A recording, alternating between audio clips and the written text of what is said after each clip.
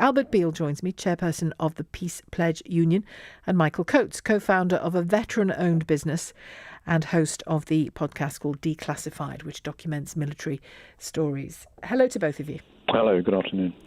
Hello, Sheila. Albert, first of all, talk me through the white poppy for people who might not be familiar with what you want it to denote. Well, white poppies have been around since the 1930s, not quite as long as the red poppies, but they they always were a reaction to the way that red poppies were used, not by everybody who wears one, but more by the military and the politicians. They were used as a way of supporting nationalist and jingoistic and militarist values. I mean, even today, the British Legion are very clear that the poppy is there to remember specifically British and Allied military dead, nobody else. And the Legion are very clear about supporting military values and supporting the institution of the military. They support military recruitment and so on. And coming at it from a pacifist point of view, when I look back at the misery and horrors of war, and I do want to remember war, but I want to learn rather different lessons. The lesson for a pacifist from the horrors of war is that when we say never again, we mean it. In other words, we are people who have renounced war unconditionally. We don't think, oh dear, isn't it awful, marching around on Remembrance Sunday with mournful looks saying, isn't it horrible what happened? And then, like the politicians do, back in our office the next day planning the next war. Okay, just before... We reject that. All right, well, before I go on to Michael Coates, can anyone ever truly renounce war? Because, God forbid, but if a nation comes under attack in some way, and it's not likely to be in the manner we saw in World War I or World War II, but certainly not World War I, you can sit there and renounce war till you're blue in the face, but there'll come a time when you have to, one way or another, defend yourself and your nation. Principles. You have to defend ideals, you have to defend freedoms, but that doesn't require slaughtering other people. If enough people are resisting war, there wouldn't be anybody to attack us. Pacifism, like militarism, is not a national cult of some sort. There are pacifists around the world. The PPU is part of an international network of war resistors with members in scores of countries who have renounced war. Many of them get locked up because they refuse to be conscripted. But they do refuse, and when enough people refuse, war can't happen. Somebody has to start saying no. Okay, Michael Coates, on the thoughts that Albert has just made, the comments Albert's just made. Yeah, look, I crossed the border from Kuwait to Iraq in 2003. I was 19, and I served twice in Iraq. My brother served in Iraq and Afghanistan, and lots of my friends in both those conflicts. It's funny how he politicises it straight away, but for me, it's all about personal remembrance. This Iraq-Afghanistan generation, because a lot of my friends are part of this generation, it's very, very personal. It's not glorifying war, and quite the opposite, really. You know, a lot of our soldiers, male, female, whatever, have something now what's called post-traumatic growth or post-conflict growth, where they've developed and become more accepting of other people as well. So to keep politicising something is, it's not very personal, and for me and many others, the red poppy as opposed to the white peace flower is very, very personal.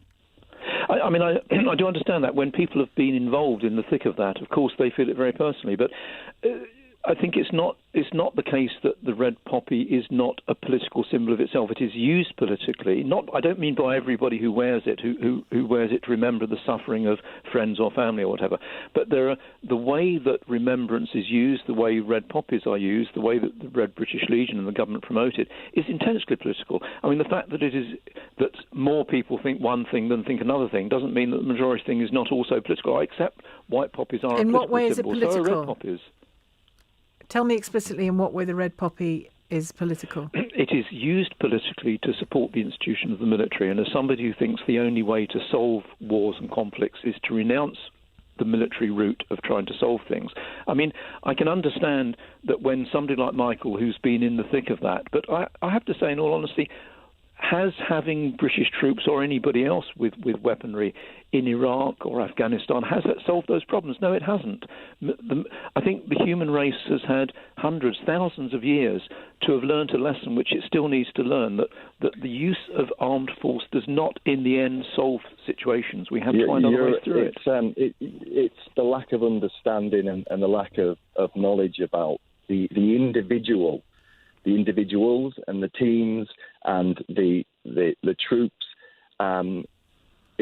lack of understanding, and you keep going back to the politics of it, of the people that have served and fought and had both mental and physical injury, and sadly those people that have died, the individual that you're now looking over. I'm really glad. Excuse me. I'm really glad that you have the freedom of speech and the freedom of action to actively wear the white peace flower. I'm thrilled, because it's the actions of those that are sadly sacrificed that allow you to have that. No, I'm afraid I don't agree with that. Freedoms have been won by people asserting them, not by people killing for them.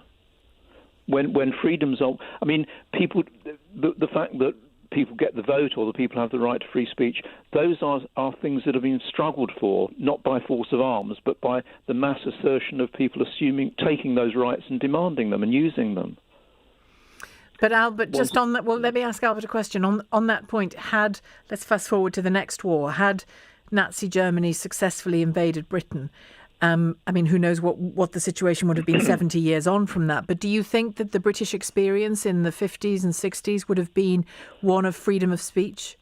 Well, for a start, if there had been more people like me around in the 1930s, there would not have been a Second World War, because the pacifists in the 30s were supporting the resistance. I know, but Albert, that's a huge leap. The British government were That's a huge leap from a wish to a fact, if you don't mind my saying. That's a huge leap from a wish, and a noble wish. I back your wish, but it's a huge leap from that noble wish to it being fact.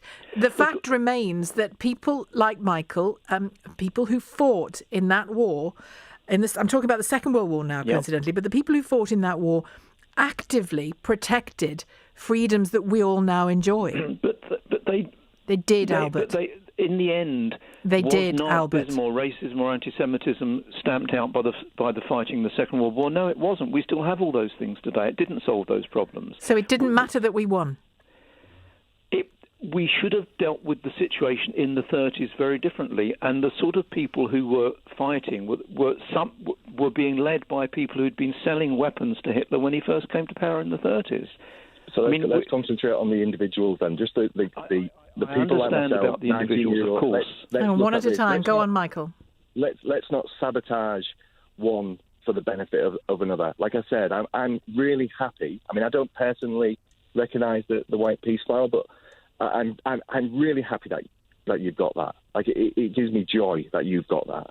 But let's not deface. Let's not tarnish the individuals that were sent, and now the families and troops and the population, the civilian population that recognises that and wants to remember.